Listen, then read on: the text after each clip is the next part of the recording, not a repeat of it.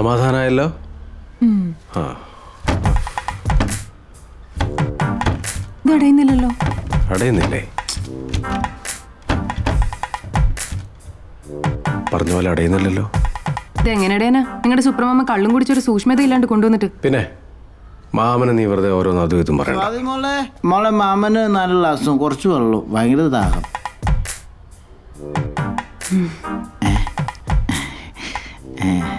അല്ല 2 നാരങ്ങ പിഴിഞ്ഞ് ക്ഷീണം. ആദ്യം കട്ട മാത്രമേ ഉണ്ടായിരുന്നുള്ളൂ, ഇപ്പം മതിലും കെട്ടി മാമ. ഇപ്പോഴും ഇവന്മാർക്ക് ഇവിടുന്ന് പോവാറായിട്ടില്ലേ? പൊക്കമില്ല. കേസ് കൊടുത്തില്ലായിരുന്നെങ്കിൽ ഇവന്മാർ ഇവിടെ മുഴുവൻ കിട്ടിയേനെ. പൊളിക്കുകയാണെങ്കിൽ ഇപ്പൊ പൊളിക്കണം, പിന്നെ പൊളി നടക്കൂല. ഒടുക്കത്തെ ഉറപ്പാ. എന്റെ പൊന്നങ്കു, ഞാൻ അപ്പളെ കുമാരത്ത് പറഞ്ഞു. അപ്പൊ കുമാര് കോടതിയിലും പോലീസിലും പോയെന്ന്. എന്റെ പൊന്നു മാമ, ഇവൻ അല്ലേ തന്നെ വിവരമില്ല. ഇനി മാമൻ കൂടെ കമ്പനി കൊടുക്കല്ലേ? ഏയ്, ഇത് അങ്ങനെ വിട്ടാ പറ്റൂല. അവന്റെ ഒക്കെ കോപ്പിലെ ഗേറ്റ്.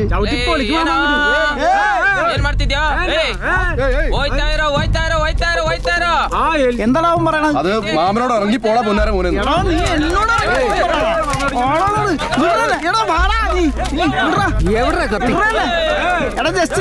ഇവന്മാരൊക്കെ ഓടിക്കാനുള്ള സാധനം എന്റെ അടുത്തുണ്ടാ. നീ എന്ന് എന്റെ ദണ്ട കണ്ടിട്ടാ വണ്ടി കയറി.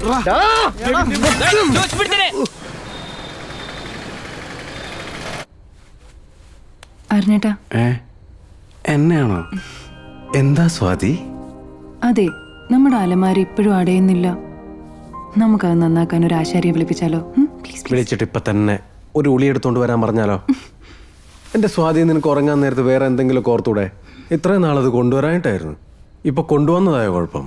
അത് സൂക്ഷിച്ചു കൊണ്ടുവരാഞ്ഞിട്ടല്ലേ വാതിൽ പോലും അടയ്ക്കാണ്ട് കൊണ്ടുവന്നേ. ഓ, ഇവിടെ കഴുകി വൃത്തിയാക്കേണ്ടി വരും ഈ തറയ്ക്ക് ഇച്ചിരി നിറം കിട്ടാൻ. ദിവ്യ, നീ അച്ഛൻ്റെ അടുത്ത് എന്നിട്ടേ ഇത്തിരി പെനോയിലിങ്ങി മേടിച്ചോണ്ട് വന്നേ. ഓ, ആ അലമാര പോയ പിന്നെയാ വീടിനകത്ത് ഇത്തിരി കാറ്റും വെളിച്ചമൊക്കെ ഉണ്ടായത്.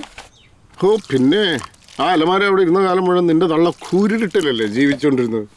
അകത്തേക്ക് ചെന്ന് ചോദിക്ക്, എന്നിട്ട് കിട്ടുന്ന മേടിച്ചോ. ഞാനൊന്ന് അപ്പുറം വരെ പോവാ. അമ്മയുടെ പെനോല് കൊടുക്കാൻ മറക്കല്ലേ.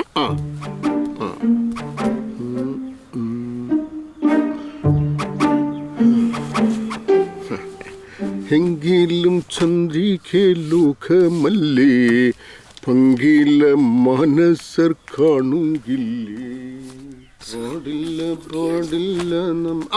കൂരിട്ടൊക്കെ മാറിയല്ലോ, നന്നായി. മരുമക്കളെ വരുതിക്ക് നിർത്തണം, അല്ലെങ്കിൽ തലേ കയറി.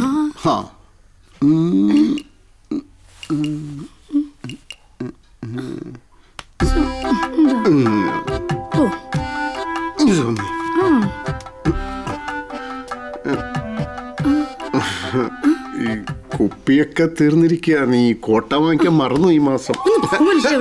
ഏത് സമയത്ത് ഒരു കുപ്പി, എന്തൊരു മനുഷ്യനായത്. അങ്ങനെ പിടിച്ച പിടിയാലെ ബാംഗ്ലൂർ പോയതുകൊണ്ട് അലമാര അവിടെ എത്തിക്കാൻ കഴിഞ്ഞു. ആ മരുമോനെ തുടക്കത്തിലെ പരിധിയിൽ നിർത്തുന്നത് നല്ലതാ. എല്ലാം നിന്റെ മിടുക്ക. അങ്ങനെയാ. ഒന്ന് വേഗം കഴിക്കണ്ട ശ്യാമേ. നിന്റെ ചപ്പാത്തി വറുത്തലൊക്കെ എങ്ങനെ പോണു? അതിനുള്ള യന്ത്രം മേടിക്കാൻ പോവാ. ആ എടാ, എന്താടാ അലമാര കൊണ്ടുവന്നിട്ട് നിന്റെ മുഖത്തൊരു പ്രസാദം ഇല്ലാത്തത്? ഒന്നും പറയണ്ട. ആ അലമാര കൊണ്ടുവന്നപ്പോ പറഞ്ഞു പറഞ്ഞു എന്നൊക്കെ പറഞ്ഞ പുതിയ പ്രശ്നം. ഇത്തരം ചെറിയ ചെറിയ പ്രശ്നങ്ങളാ കുടുംബ ബന്ധങ്ങളെ ഊട്ടി ഉറപ്പിക്കുന്നത്. ഇനി കുറെ കൂടെ കഴിയുമ്പോൾ നിങ്ങൾക്ക് വിചാരിക്കും ഇതുപോലെയുള്ള ചെറിയ ചെറിയ പ്രശ്നങ്ങൾ ഉണ്ടായിരുന്നെങ്കിൽ. അതെന്താ? അപ്പൊ പിന്നെ ഇതിനേക്കാളും വലിയ വലിയ പ്രശ്നങ്ങളായിരിക്കും ഉണ്ടാകുന്നത്. ഒന്ന് പോയിന്റെ പ്രസാദം. ഇതാ സ്ഥലത്തിന്റെ ഡോക്യുമെന്റ്സ് നീ വെച്ചോ. ഞാൻ മിക്കവാറും നാട്ടിലൊന്ന് പോകും. അപ്പോ ഇനി വക്കീലെങ്ങാനും വിളിച്ചാല് നീ ഏൽപ്പിച്ചാൽ മതി. പിന്നെ നമ്മുടെ അവിടുത്തെ വർക്കൊക്കെ പോലീസുകാര് ബ്ലോക്ക് ചെയ്തിട്ടുണ്ട്. നീ ആനുവൽ പാർട്ടിക്ക് പറ്റില്ലേ? പിന്നെ എടാ, നിനക്ക് സ്വാധിക്ക് വേണ്ടിയിട്ട് എന്തോമാര് അവിടെ സർപ്രൈസ് ഗിഫ്റ്റ് ഒക്കെ പ്ലാൻ ചെയ്തിട്ടുണ്ട്. പാർട്ടി തന്നെ ഞാൻ സർപ്രൈസ് ആക്കി വെച്ചിരിക്കുക.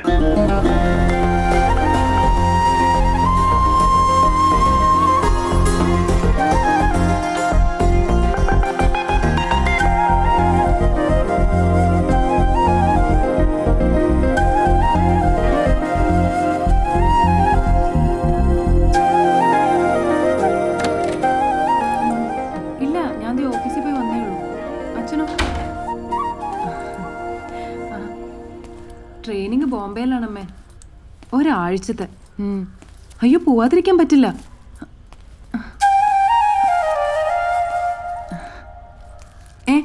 അല്ല, ആദ്യത്തെ ട്രെയിനിങ് തന്നെ കല്യാണം കാരണം മിസ്സായതല്ലേ?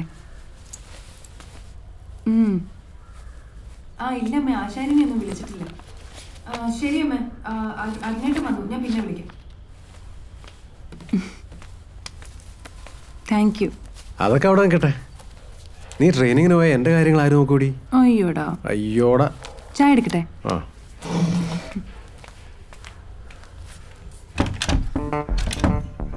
ഛേ, എന്നതിനൊരു തീരുമാനം ഉണ്ടാക്കണം. എന്താ എന്തു പറ്റി? എടി, ആശാരി മൂശാരി ഒന്നും വേണ്ട കേട്ടോ. ഒരു ചവിട്ടിന്റെ കുറവുണ്ടായിരുന്നു. നിനക്ക് അത് ആദ്യം കൊടുത്തൂടെ? ആഹാ, അങ്ങനെ ഇപ്പൊ ചവിട്ടി അടയ്ക്കണ്ട. എന്തൊക്കെയായാലും ഈ അലമാരയുടെ ഔദ്യോഗിക ഉദ്ഘാടനം ഞാൻ നിർവഹിക്കുകയാണ്. കൈയടിച്ച് പ്രോത്സാഹിപ്പിക്കുക. ചവിട്ടല്ലേ? ചവിട്ടുന്നില്ല. Phone phone phone phone phone. Phone വന്നതിന്റെ ഭാഗ്യം.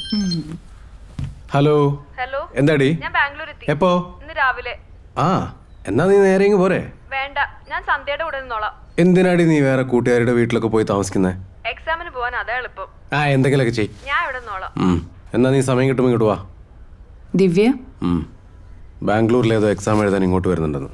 പക്ഷെ ഏതോ കൂട്ടുകാരുടെ വീട്ടിൽ പോയിട്ടാ താമസിക്കുന്നത്. അവളെങ്ങനെ ഇങ്ങോട്ട് വരാനാ?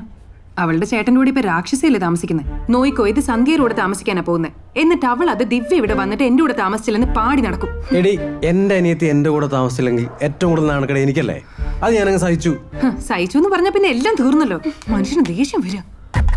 എന്തൊരു കഷ്ടം. ചവിട്ടരുതല്ലേ? ഇതില് വലിയ അത്ഭുതമൊന്നുമില്ല. ഓരോ വീട്ടിലും ആൾക്കാർക്ക് ഒരു കാര്യമില്ലാതെ മെക്കിട്ട് കയറാൻ എന്നെ പോലെ ഓരോ സാധനങ്ങൾ ഉണ്ടാവും. Come tomorrow evening 3 o'clock. Okay, sir. Shama is doing the function 7 o'clock. എടാ, ഞാനേ ഒരു 7:30 ആകുമ്പോൾ ടീല പാലസിലെത്താം. ഓക്കെ? സ്വാതി. ആ,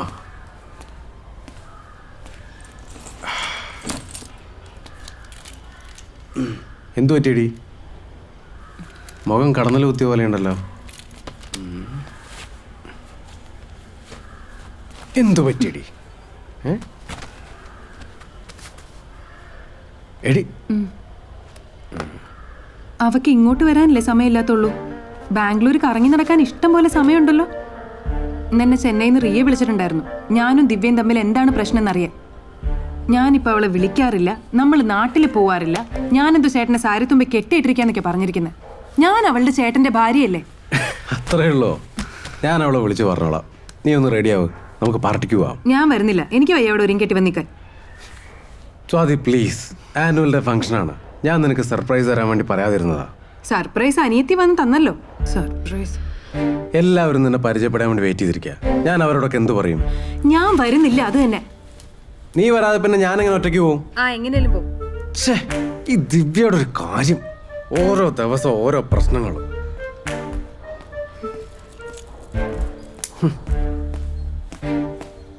നീ വന്നില്ലെങ്കിൽ ഒറ്റയ്ക്ക് പോകാൻ പറ്റുമെന്ന് ഞാൻ നോക്കട്ടെ. ഇതിനൊന്നിനും പോരായിട്ട് അതിൻ്റെ ഇടയിൽ അലമാരയും കൂടെ.